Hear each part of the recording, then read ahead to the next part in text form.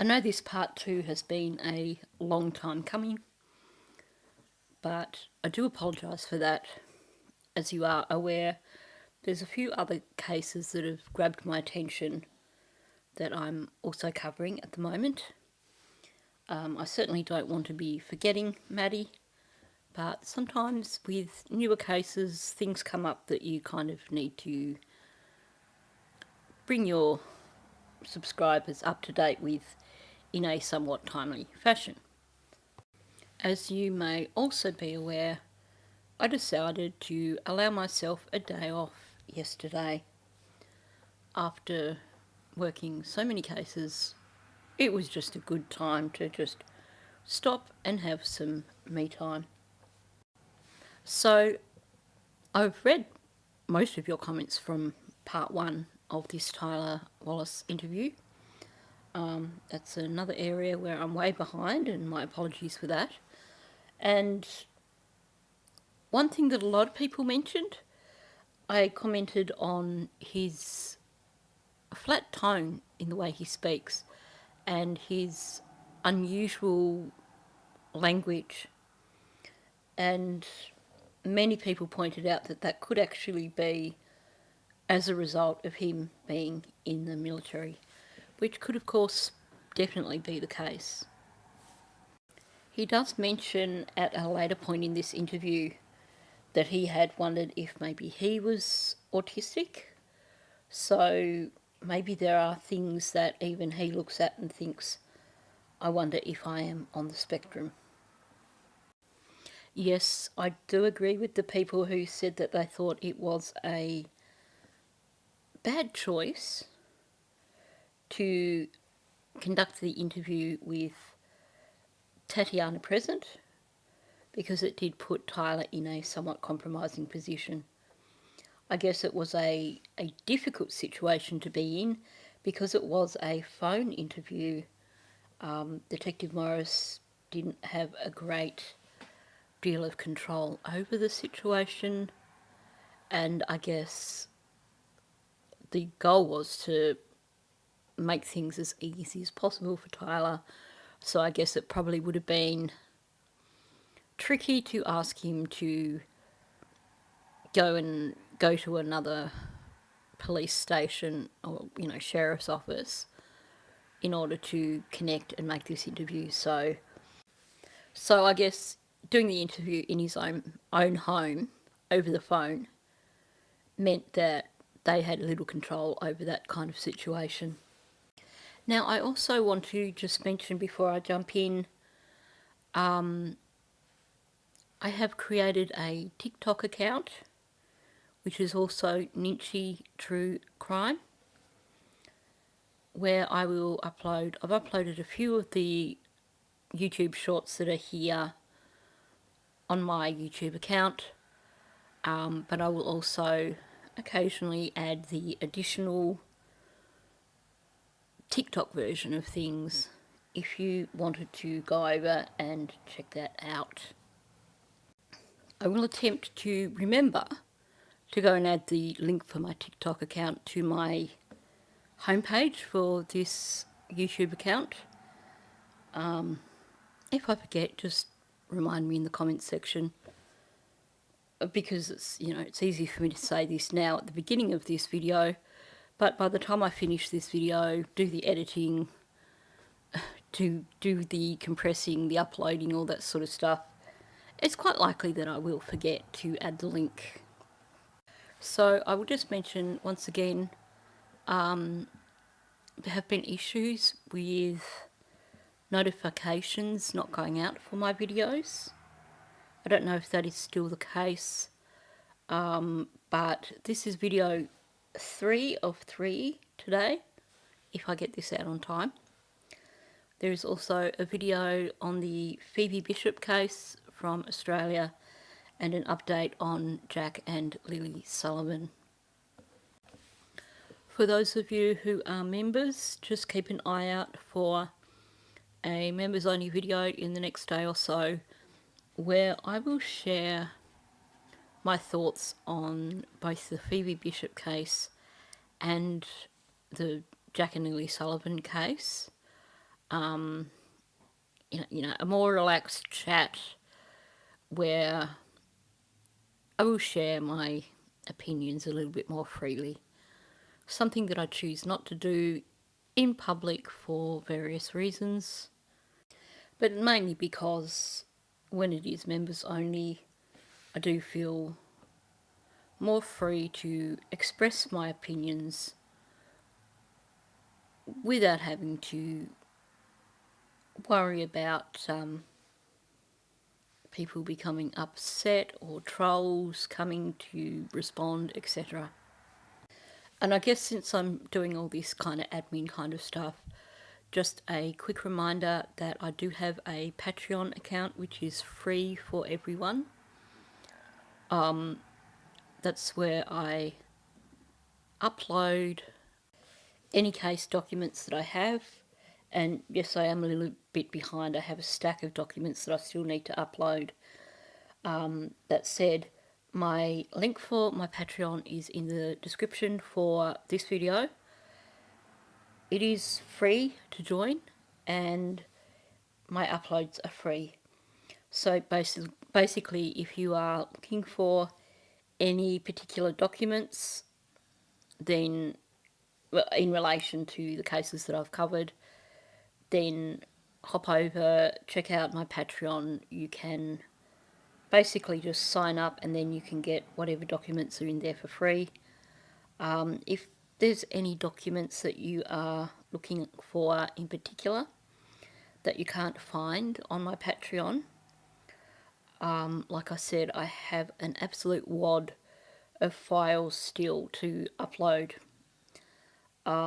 So if there is something in particular you are hunting for, give me a holler, whether it's leaving a message on Patreon or emailing me, and I will, if I've got it, I'll put it up for you straight away.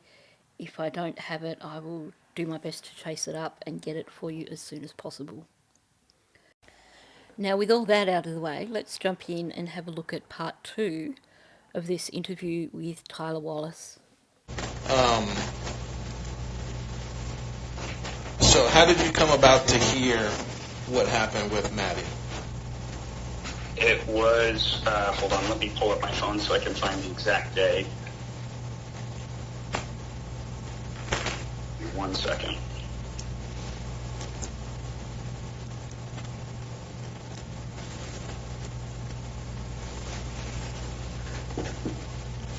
Monday, February 26th, or possibly, it was either the 25th or the 26th. I had just worked a shift in Texas, in Cypress, Texas, at my place of employment, which is Imperial Vapor Company. And the time on deck was around 4 or 5. The time on deck when I received the call was around 4 or 5 p.m. Interrupted. Jennifer called me and said that she had been informed by the school that Maddie never arrived at the school that day. And I asked Jennifer what she knew at that moment. She seemed distressed, but I told her, because she was trying to give me a bunch of stories about who had taken who where, and I said, I don't care about details right now. I need to know what you know. Where is Maddie? She did not know. And I said, how long has she been missing? And she said, since this morning. And then I said, okay, I need you to get in contact with the police department if you haven't already, and I would like you to continue to update me. Okay, so he starts off being a little bit unclear at first with regards to which day Jen contacted him to let him know that Maddie was missing. But based on what he said, we know that it was the Monday, because he then says that when he asks how long has she been missing, Jen says since this morning. Now, there's a few interesting things here. First of all, he says that Jen contacted him on the Monday around 4 or 5 p.m. and said that she had been informed by the school that Maddie had not arrived at the school that day. Well, that's really problematic if that is what she said to him. Now, my first thought was maybe in the stress of the situation, he's become confused over what she told him. But I realised that according to the time, that he's saying she contacted him, it's not possible for her to have been informed by the school that Maddie hadn't arrived there that day. Because we know that she didn't receive any confirmation from the school until after 5 p.m. Of course, thankfully they downloaded Jen's phone, so the investigators will know precisely what time she contacted Tyler.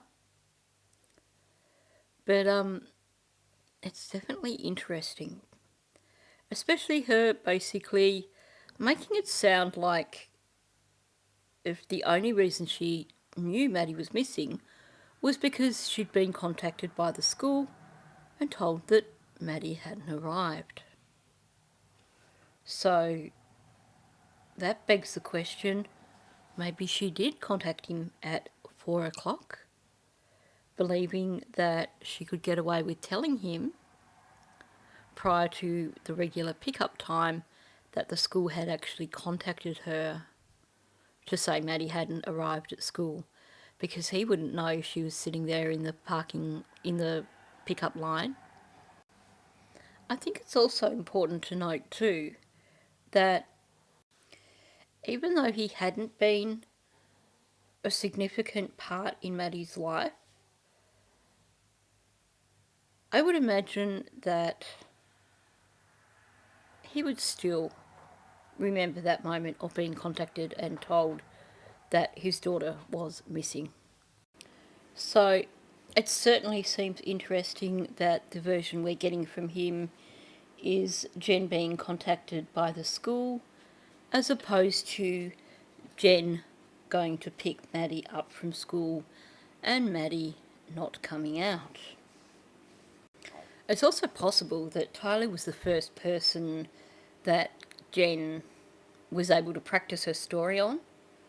So maybe that was what she originally came up with and then realised that it wasn't going to fly. And while I do realise we can't completely disregard the possibility of Tyler getting a little bit confused here, it is incredibly specific what he is saying here, which to me says that he is relaying what he has been told. Now, the next thing that he says that I think is extremely telling is where he mentions that she was trying to give me a bunch of stories about who had taken who where. And I said, I don't care about details, I need to know what you know. Now, when I hear someone talk about someone giving them a bunch of stories about something, the fact that they are using the term a bunch of stories, to me suggests that they don't believe what they've been told. They are a bunch of stories, a whole heap of fiction. Otherwise, I would expect to hear something more along the lines of, well, she told me what happened earlier in the day, or she told me what led up to it. You know, something that is not talking about stories. When we talk about stories, referring to them as a bunch of stories, that generally has the connotations that they are fiction. You know, it's like you catch your kid out doing something that they shouldn't have done, or you find out they've done something they shouldn't have done, and they give you a bunch of stories to try and explain their way out of it. I can't help thinking that Tyler sees straight through Jen and considers her to be a bit of a liar and someone who would come up with a bunch of stories. And then she said, okay.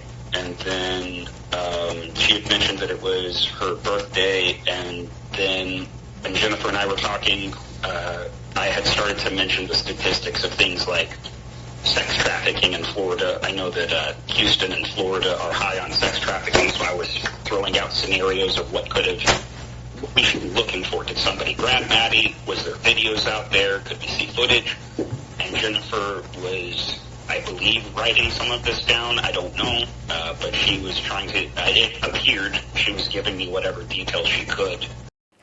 Now, it's really interesting that he says that he started giving Jen statistics on traffic and talking about different scenarios and stuff like that, because most people would recognise that when a child is missing, that's probably not the most helpful thing to do. You would want to be trusting that the detectives who were looking at the case would know all these things and would be looking into it, and you would hopefully realise that it would actually cause a great deal of distress for a parent for you to be highlighting all these scary scenarios.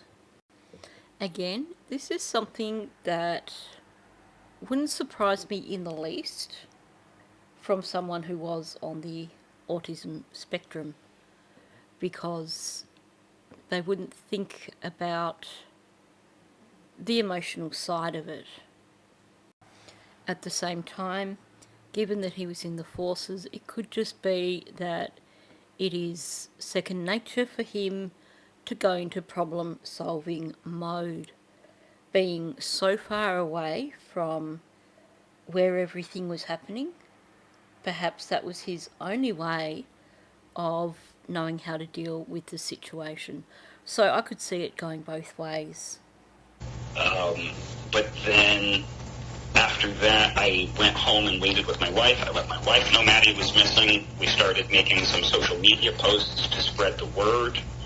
And then on about day 2 or day 3, I just couldn't wait anymore in Texas. I felt really hopeless. And so I let Tati know that I was going to drive down to Orlando, Florida, which I did. I drove to Orlando, Florida, and I'm not sure which day I drove down. It was the 3rd day after I found out, though. And I stayed with my friend Lynn Bradshaw, who is like a lifelong friend of mine. He lives about 20 minutes away from the area where Maddie was taken. I can pause now if you have any questions, or I can keep going. No, you keep going. So here's a question. Did we ever hear Jen or Stefan mention making social media posts about Maddie being missing? Because I don't recall ever hearing either one of them say that they had done so.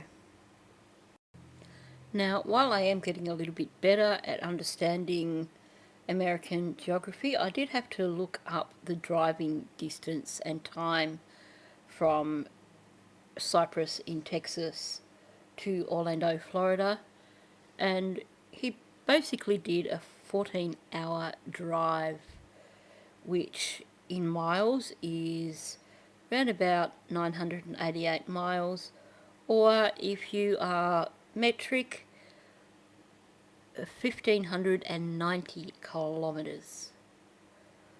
That is quite a distance to be driving on your own, particularly given that it wasn't just a casual road trip where you might do a few hours a day.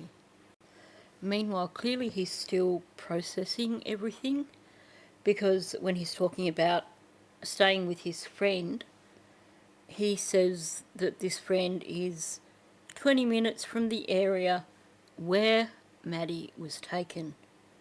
And he knows that Maddie wasn't exactly taken. He knows at that point in time what occurred. But of course, given the number of days between when Maddie went missing and when she was found, that was probably something that got stuck in his head over that period of time. Probably something that was said in those terms by Jen on a number of occasions. And of course, the other side of that is for the brain to actually have to acknowledge precisely what had happened. That would have taken him a while to get there. To actually admit to yourself, to say it out loud, what Stefan had done. So it's also the brain's way of protecting itself, essentially. Just dealing out information in smaller doses to help a person cope. And of course, the other side of it is this shows quite definitely that Jen certainly did not tell him any information about what occurred before Maddie was found.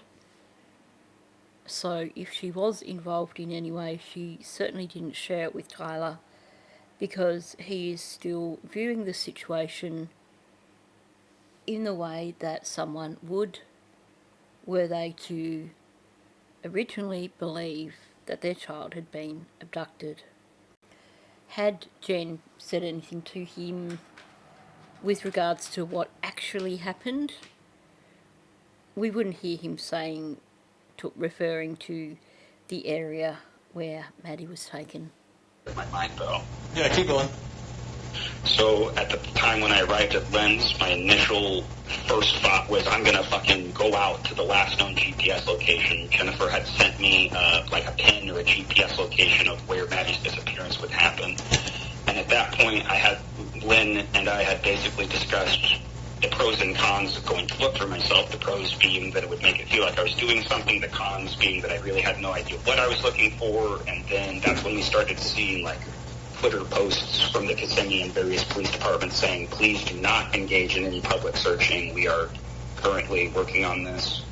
And so I feel like I just knew in my heart that shit was going bad. I was staying with Lynn to help me kind of keep my emotions in check, and just watching social media, refreshing every so often to see if any news articles had come out. A bunch of my friends flew in from out of town, so I was visited by Josh Losey, who flew in from Indiana. He's been friends with me as long as Lynn. I was visited by my friend Stephanie Elaine Ashley, who flew in from Seattle. They both stayed with me for a couple of days at Len's place, and then they flew out. And then my wife, Tatiana, flew in. At this point, I lose track of which days or when, because it just all kind of blends together. But I took notes, so if you need specific dates of when I was interacting with people, I should be able to dig that up. It's not off the top of my head. Okay. Okay, so you can bet that it wasn't Jen's idea to send him a GPS location for the last known sighting of Maddie. Sounds to me like he has basically insisted on this. She's had no choice. She's had to figure out a GPS location to send him. Now, it makes me sad listening to him talking about how as soon as he arrived, he wanted to go to that location and search. But then he was getting Twitter posts that were saying, don't search. So clearly, no one from Jen's family was communicating with him. No wonder he was saying, basically, that he wanted to be kept in touch, basically separate from Jen's family. No wonder he kept emphasising that he was Maddie's father, because it sounds like he was kept out of the loop. Now, regardless of how much he had to do in Maddie's life, I mean, the fact that he drove 14 hours down there shows that he does genuinely care.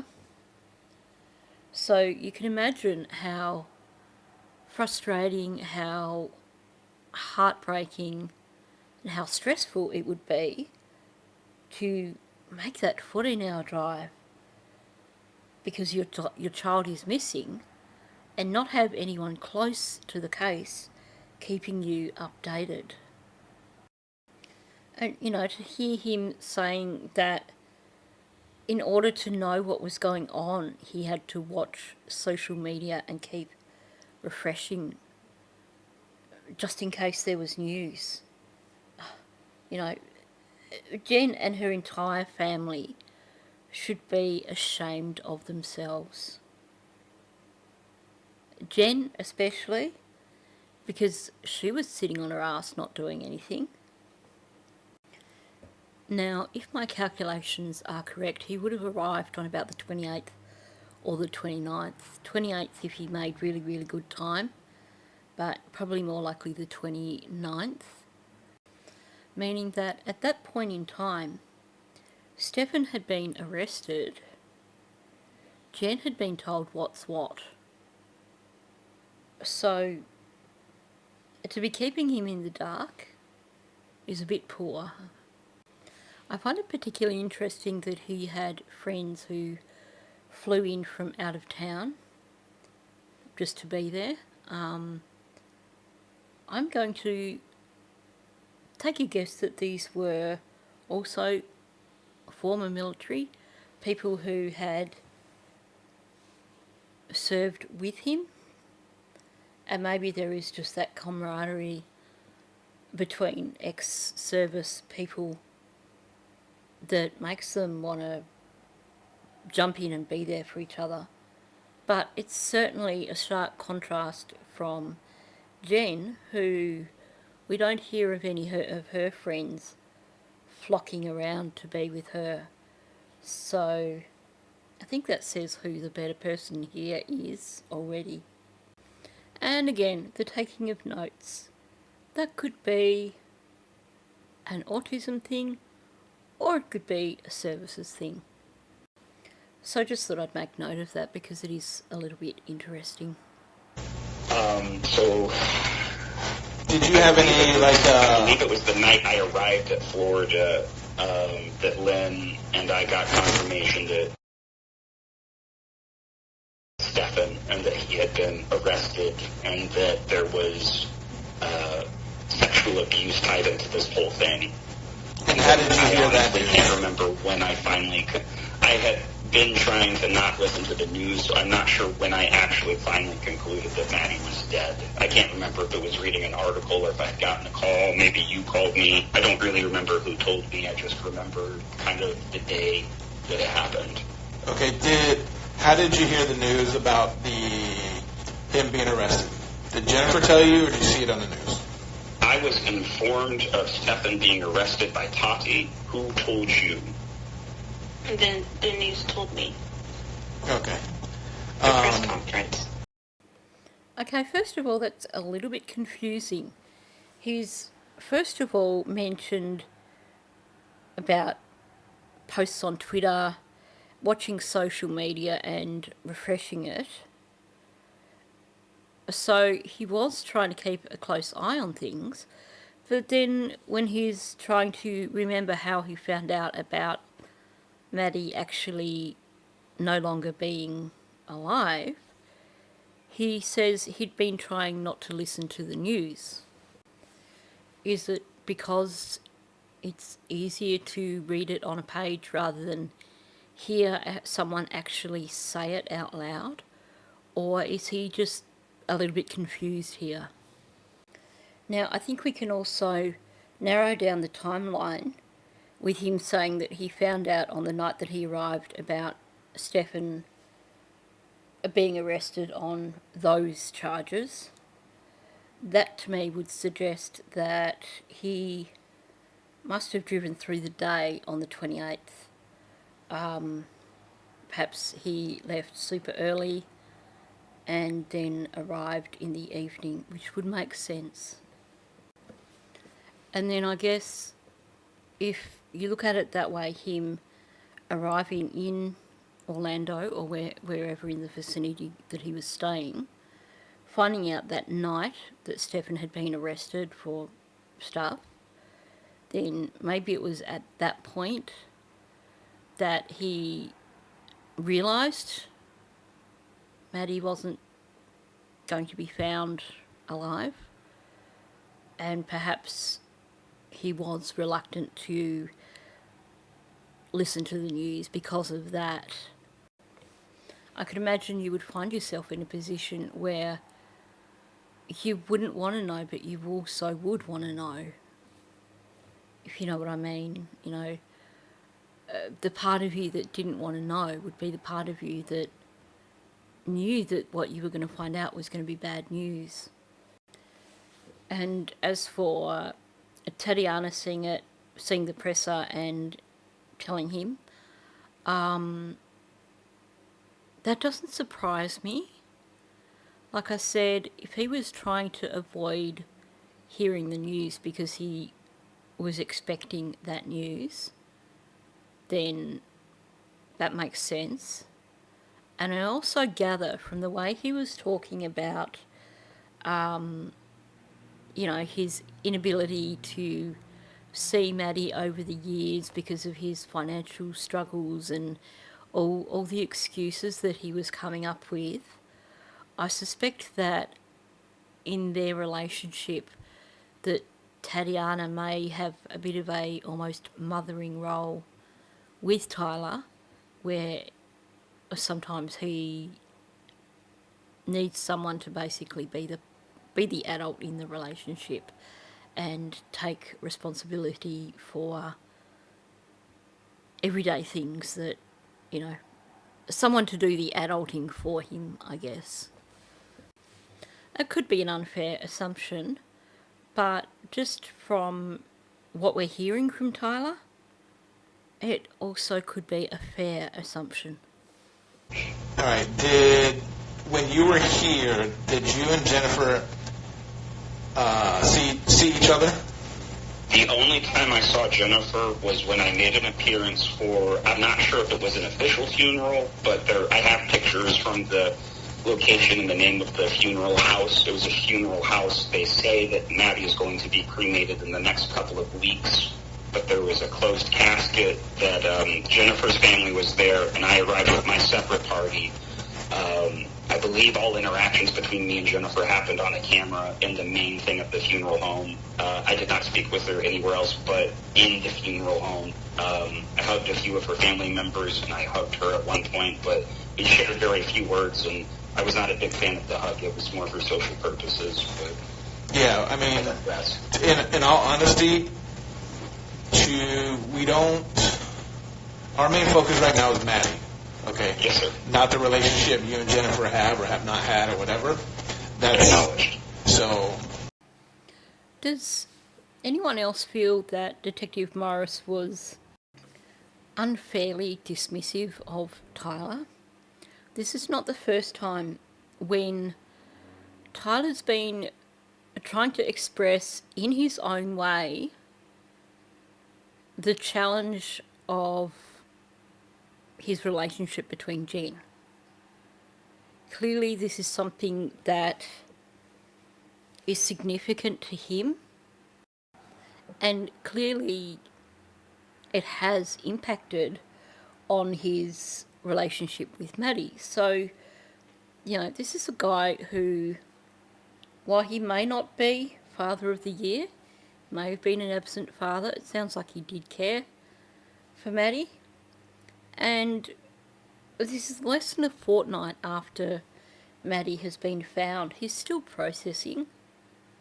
And part of processing that is processing the relationship between him and Jen and trying to come to terms with what that was like. And it sounds like he was also trying to come to terms with a belief that Jen played a role in what happened to Maddie. So for him, this is significant information that he is giving when he says that, he saw Jen at the funeral home, and he gave her a hug, just because that's a socially accepted thing to do. And you can hear that he's feeling a bit awkward about explaining it. But it's still something that's clearly important to him. And Detective Morris just cuts him off and he's like, look, our main focus is Maddie, not the relationship you and Jen have or don't have. And while, yes, I can appreciate that, but, give the guy a bit of time to speak. Give the guy a chance to get this off his chest, because that's his only daughter. And he's been robbed of her, regardless of his relationship. He's been robbed of her. You can see in the photos that those times that he did see Maddie, you can tell that he did care for her. Just probably not as much as a father maybe should, but I'm not going to go down that track at this point in time. But yeah, I just feel it was a little bit insensitive the way that Detective Morris cut him off. Now, I just want to point out, because I know that there is a little bit of misinformation being spread by a content creator who is insisting that Jen didn't even go to Maddie's funeral. Tyler is basically saying that he went, he saw Jen's family was there, Tatiana was clearly there with him, he interacted with Jen's family, he hugged Jen. This, given that Jen was there and her entire family was there, I doubt very much that there would have been an additional funeral, given that Stephanie was trying to raise money on GoFundMe.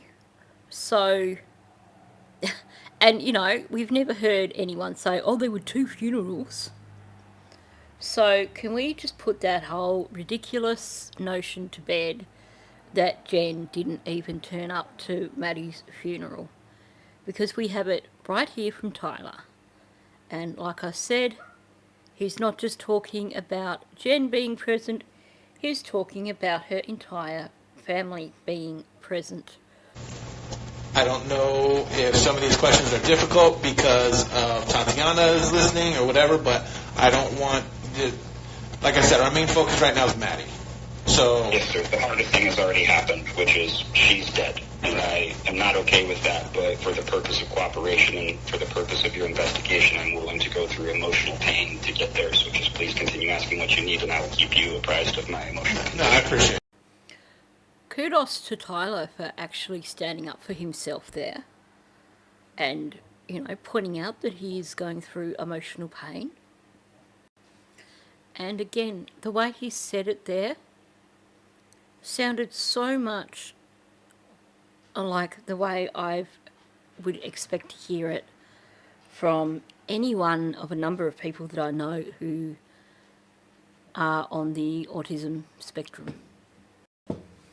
He was blunt, almost to the point of sounding insensitive. But I think it was a justified response to the way that Detective Morris dismissed him. Okay, did you and Jennifer talk about what may or may not have happened to Maddie?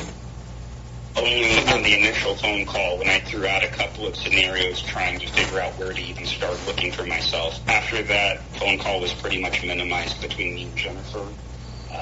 I know at some point she had her phone taken and contacted me through an alternate phone number to provide me information of where, the funeral home was.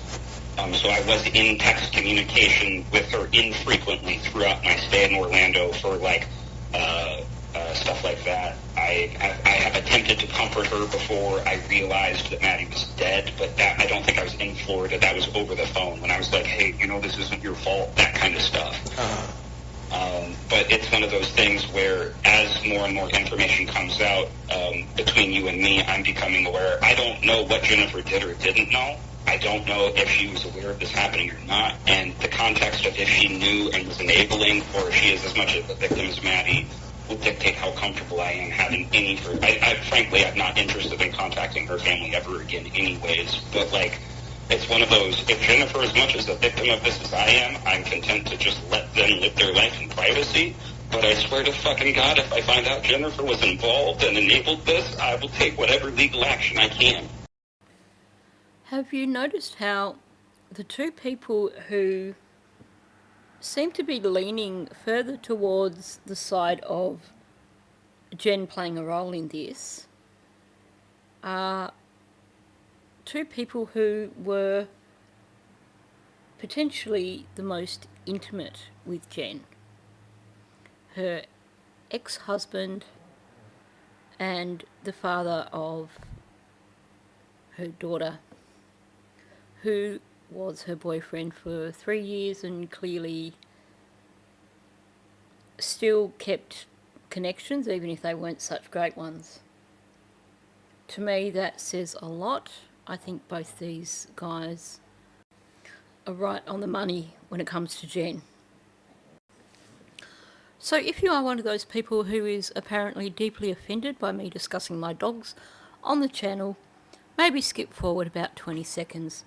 I'm just going to let people know that the noises that you can hear in the background are the result of Mouse choosing to steal Amira's favourite bed, and Amira has tried to budge her way in, and now they're just having this crazy puppy play wrestling match.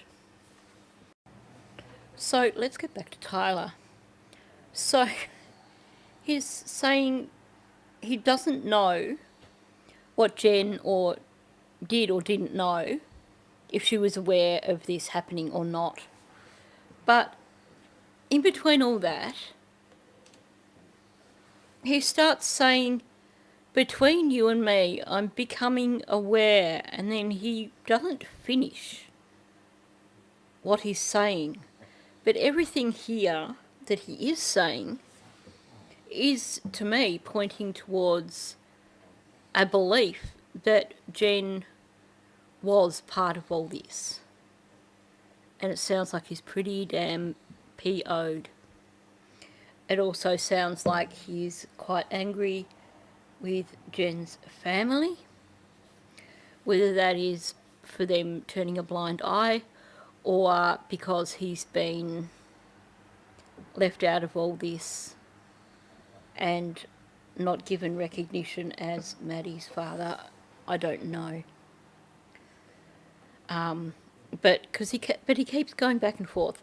If she knew or was enabling this, or was as much a victim as me, it'll dictate how comfortable I am having any further. And then he doesn't even finish saying further. He says, frankly, I'm not interested in contacting her family again anyways. So, to me, that sounds like, as much as he's not going to admit it, he believes that Jen did play a role in this, and is also really not happy with Jen's family. Like I said, I don't know if that comes down to the way he was treated while he was there, the way he may have been treated at Maddie's funeral or around the time of Maddie's funeral, but he's definitely not a fan. I do feel that he's trying to give Jen the benefit of the doubt, but each time he does, he goes back the other way. So again, he's like, if Jen is a victim of this as much as I am, he's content to just let them live their lives in privacy.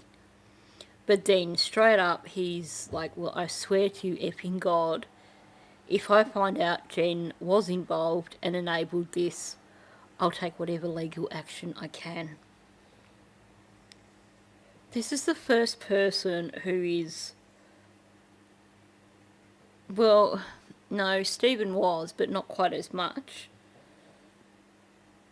It's refreshing to hear someone openly speculating on Jen's involvement as opposed to all these other people who have basically tried to cover Jen's ass in their interviews. I mean, Tyler, Angelica, and Stephen have probably been the most reliable witnesses to some extent. Stephen, it's a tricky one because he kept flip-flopping and it was hard to tell what the actual truth was there. He was trying to protect Jen, I think, and then giving away the fact that he actually didn't trust her. I think it's important to recognise here that Tyler's known Jen,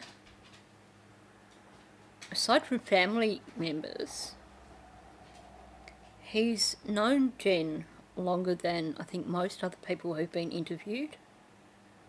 Natalie may have known Jen as long, but obviously with Tyler and Jen having been boyfriend and girlfriend when they were teenagers, he's going to know Jen far more intimately than Natalie. So I think the things that he's saying here are very, very telling. And I think he's right on the money. Of course, I think the question that I have here is, does he feel as passionate now about legal action against Jen? Or is it something that after he'd had a bit of time to grieve, he just put it all to bed and decided to just let it all go? Because my concern is that given that he didn't really find the time for Maddie when she was alive, I do wonder if he would find the time for her now after she was gone. The other side of things too is that it is quite possible that a lawyer could say to him, look, you haven't got a huge chance of winning this case because of your absence from Maddie's life when she was growing up. I would like to think that on the off chance that Kissimmee does drop the ball and they don't press charges against Jen, that there will be some consequences for her. Okay. I just need a second. I'm sorry. I'm ramping up. I just need a second.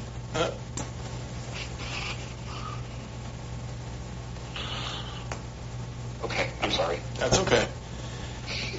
Do you think it was normal for Jennifer to call you when she went missing? Or did that seem kind of out of the blue because you guys haven't had much communication? Jennifer almost never tells me anything. I think the only reason she told me is because she realized that I was going to find out eventually. Okay. But I can't confirm or deny that. That's just me speculating.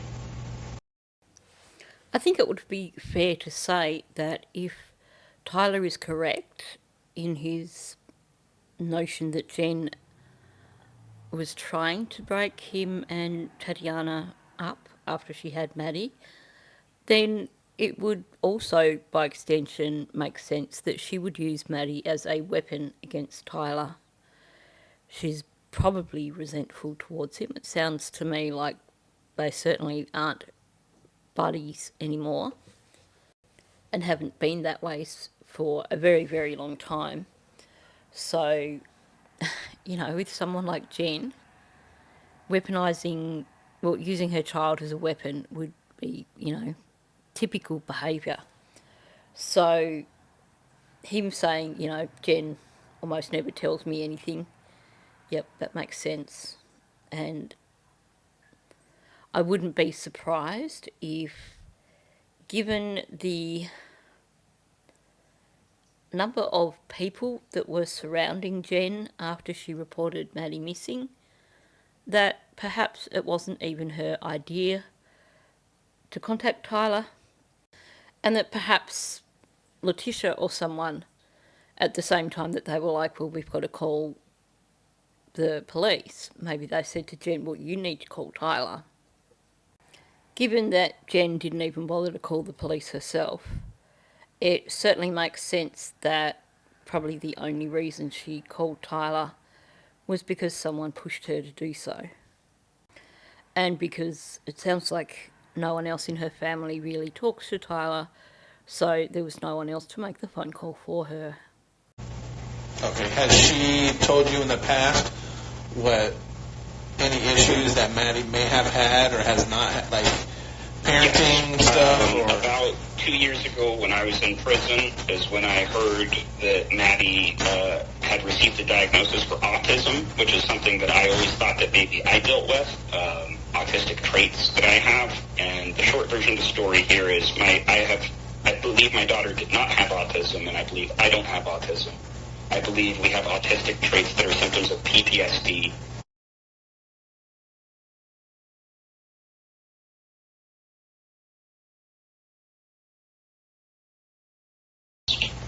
And realizing that it wasn't a genetic autistic trait that I passed on to Maddie, it was probably her having similar developmental conditions that I had as a child that I was recognizing in her. And that's real fucking hard to deal with, man. I wish I had seen the signs, but I just didn't. I was just trying to get a relationship with Maddie on the back end. I've been so patient waiting to have my turn with my little girl. And then this shit happens and I just don't know what to think. I'm just processing.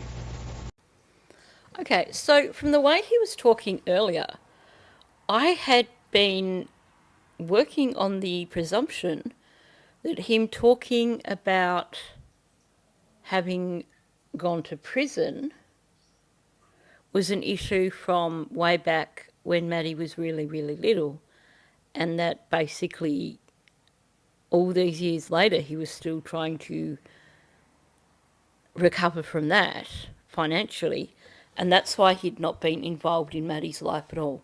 But now he's saying 2 years ago when he was in prison. Okay, so I just went back over that part of the interview because I was confused. So he was saying that whatever the incident was, it occurred in 2009, and then somehow the investigation led to him.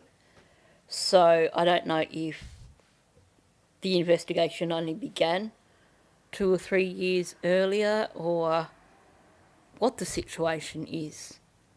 Because he definitely said there that he was in prison 2 years ago. Unless, of course, he's been in prison a few times. It's just a little bit confusing trying to figure out what he's talking about. But let's say he has only been in prison one time. That means that he's claiming that he wasn't involved in Maddie's life at all because of trying to recover financially from being in prison. Well, what about the 10 years or so before that? You were trying to recover financially from something that happened afterwards? I think he's avoiding mentioning things here. Something that definitely doesn't add up. I mean, I definitely understand here that what he's saying in terms of the last time he saw Maddie, the October before she died, that it had been 2 years prior to that he'd seen her. But, you know, he's not been involved with her life. So what's the excuse for prior to when he went to prison? Now, he talks about the autism here. And he says that 2 years ago, when he was in prison, is when she told him about Maddie potentially having autism. Now, it's not a bad assessment to say that it could perhaps be a PTSD thing. It could also be a misinterpretation of ADHD symptoms, because ADHD and autism do have a significant overlap in terms of some of the symptoms, So it's possible, especially because he talks about how, then it was acknowledged that Maddie had symptoms of, or something like that, wasn't full on autism, but it was like symptoms of. Well, that to me sounds like someone saying, well, actually, we've just realised, she's just showing the same symptoms that actually you would apply to ADHD. Speculating, because obviously, unless we see reports, we don't know what is actually going on there. As you probably know if you've followed my channel for a while, ADHD symptoms and PTSD symptoms are extremely similar. So it is not uncommon for a child who is suffering from PTSD to be diagnosed with ADHD and for the PTSD to not be picked up on. In terms of autism spectrum, to be honest, I haven't looked as closely at that, but I know there certainly are some things that would appear as symptoms of autism that could in fact be symptoms of PTSD. It's all quite complicated, obviously. Different areas of the brain are affected actually, but of the appearance of behaviours can appear the same. I personally think that Tyler should dig into having a potential diagnosis. Clearly there is a PTSD issue there with him. And you can hear that when he tries to talk about his childhood and developmental conditions related to that, you can hear he has that reaction, which says to me there definitely is an element of PTSD there. But here's where things get complicated. Children who are neurodivergent, children with ADHD or ASD, can be more susceptible to things that lead to trauma. This goes back to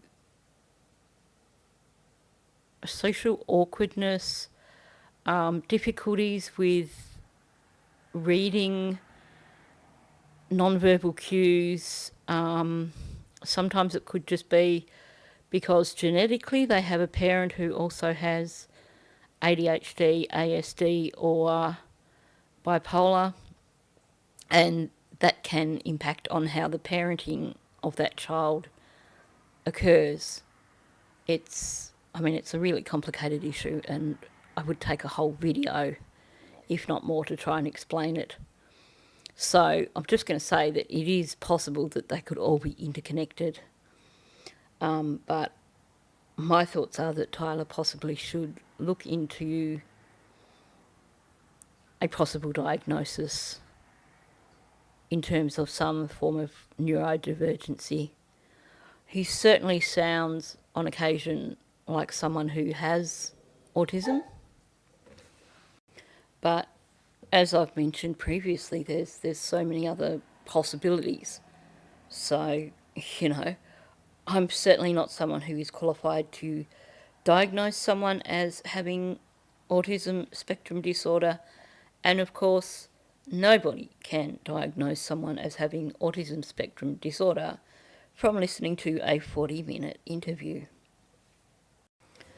Now, I just want to address this other comment that he made, that he was just trying to get a relationship with Maddie and he'd been so patient waiting to have his turn with his little girl. Now, I get it. It sounds like he is not someone who felt that he had the power to stand up to Jen, and that he perhaps just allowed her to use Maddie as a weapon, allowed her to prevent him having access to Maddie. And I have no doubt that that's what Jen was doing. But on the flip side of that, I just feel that no parent should consider that just because the other parent is preventing them access to the child, that they should just give up and not try. I know people got a little bit frustrated with me in the last video and were like, well, what about circumstances? Sometimes it's, the mother makes it impossible for the father to be involved. That's what law courts are there for. Like I said, he could have applied, even if he couldn't afford to pay a lawyer, he could have applied basically the in forma pauperis thing, basically, saying that he didn't have the money for a lawyer or for court fees, but that he wanted access to his daughter. But instead, it sounds like he just simply accepted Jen's way of doing things and chose not to fight. Essentially, he put Maddie in the too hard basket. It was too hard to try and fight for access to her, so he didn't bother. And I reckon it's going to take a long time for him to work through all that and process it. He's saying not even 2 weeks on that he doesn't know what to think and he's just processing things. And based on what he said so far, I think definitely part of what he's processing is his absence in Maddie's life, and he's probably questioning himself in terms of why didn't he fight harder or what could he have done differently. I don't know what to do. I don't know what to do. All right. Have you ever met Jennifer's boyfriend, Stefan? I don't think so. I think I've only ever seen pictures of him on Instagram. I'm trying to remember that. I didn't remember when Stefan came into Jennifer's life, but I've done some research on Reddit, and according to a local post that I found, it looks like he may have entered her life around 2018, which I would have still been in Kansas at that time. I do remember talking to Jennifer about Stefan and being like, hey, I'm low-key uncomfortable with you just bringing a guy around my kid, but that was one of those things where it's like I didn't really feel like I had a choice. I didn't really feel like I had a say. Jennifer always seemed pretty comfortable with Stefan. I thought I would break it there before the zinger that comes up. So he never met Stefan, and he didn't even know when Stefan came into Jen's life. So it shows you just how much there was this lack of connection between him and Maddie. And I find that to be so incredibly sad, both for him and for Maddie. He missed out on a relationship with his daughter. She missed out on having a real father. And then he says that he was uncomfortable with Jen bringing a man into Maddie's life and her having that man around Maddie. And, he says, but he didn't, he said that he mentioned that to Jen, but he had no power over the matter. Sadly, he did have power. He could have chosen to become more involved with Maddie. If Jen was putting obstacles in place in terms of access to Maddie, he could have fought that. Especially if there was something that made him uncomfortable about her having a new man in her life that had ready access to Maddie. That's when he should have stepped up and said, okay, I want to be kept up to date with what's going on here. I want to know what's happening in my daughter's life. I want to be involved. But instead he just stepped back and let everything happen.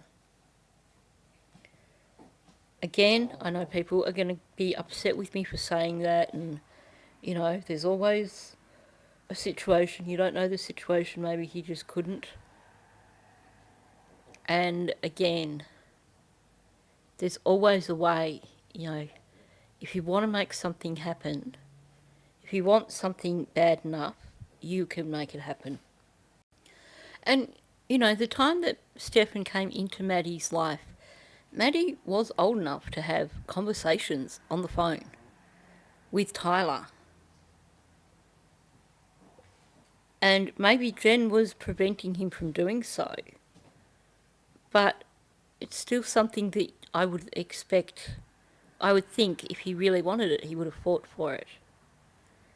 And of course, the next question there is, where do his parents fit in all this?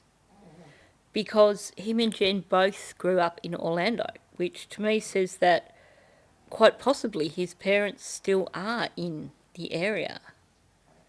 Did they have no interest in their granddaughter? Because if that's the case, that's really sad.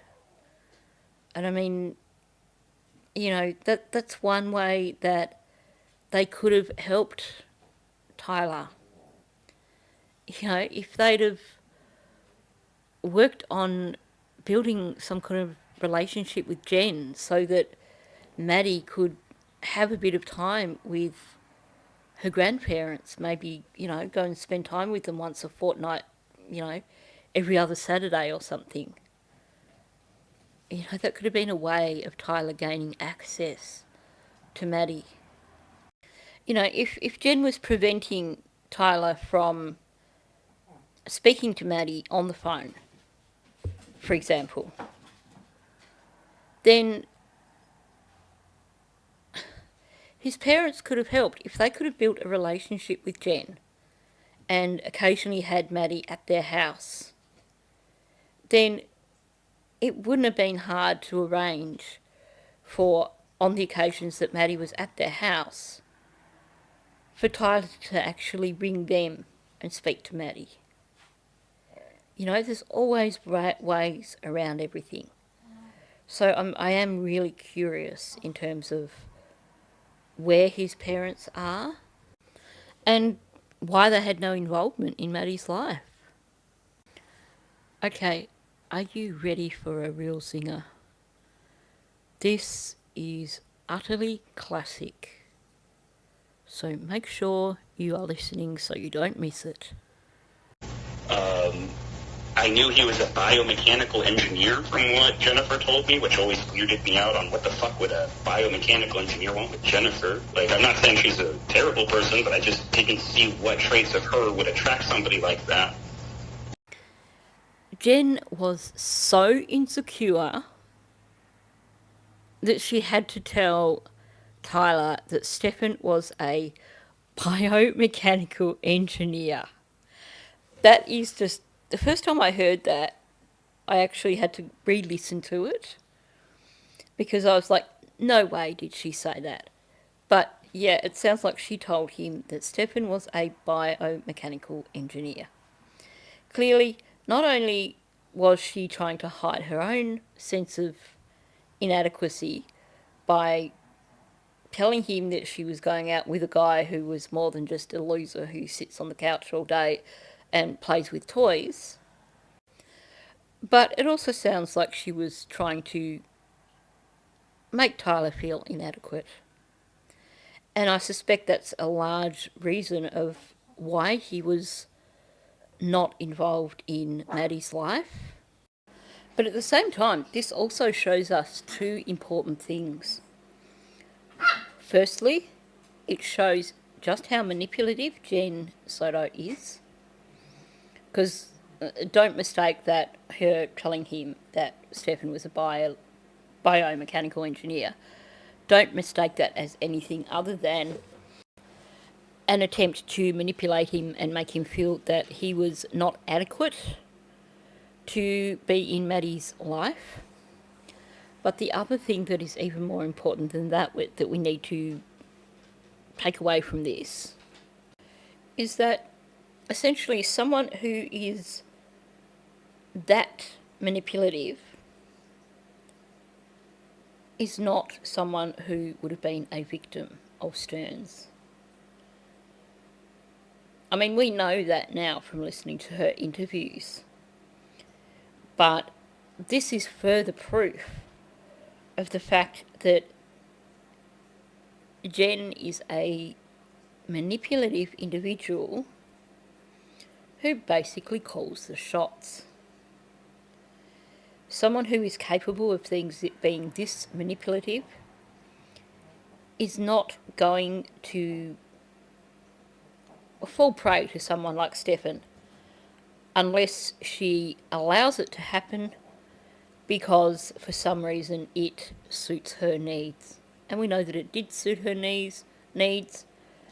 We've heard from Stephen that basically Jen checked out from parenting periodically and would basically decide that he had to deal with the children and she didn't really want to have anything to do with them.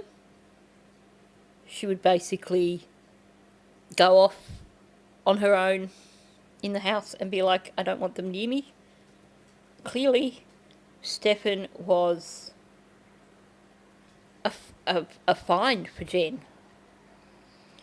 She thought she was on a good wicket because she found herself a guy who was happy for her to fob Maddie off onto him. And she would have seen the way things developed between Maddie and Stefan. We know she did because she made the Woody Allen comment. But now that we're getting glimpses of the way that she manipulated Tyler, that just makes it even clearer that this woman was not a victim. So I think that this is probably a good spot yet again to stop, because we have a change of direction in what Tyler is talking about. He starts to talk about his ideas of how the relationship came about between Jen and Stefan and how Stefan got such easy access, etc. So I think that's something that I would like to start with in a new video, because I think there's going to be a lot to discuss with regards to that. And yes, while I did say at the start of this video that this was 3 of 3, this is really the first one of today, because you probably heard the Chihuahuas escalating in their behaviour at one point in this video. That was about the time when I decided I'd had enough for the day, because the Chihuahuas clearly needed my attention. So I put it aside and came back to it this morning. So, barring too many interruptions, there should probably be 2 more videos to follow this one today. There's more that I have to share with regards to both the Phoebe Bishop case and the Jack and Lily Sullivan case. So I will be working on them as soon as I finish this video. So just keep an eye out for them, because it does appear that at the moment my notifications aren't necessarily going out. That may have changed in the past couple of days, but I'll just, give you that heads up anyway, just in case. So on that note, thanks for listening. If you are new to my channel, please subscribe. Also, please hit the like button. YouTube loves that. And of course, leave a comment below. Thank you, and I will catch you in the next one.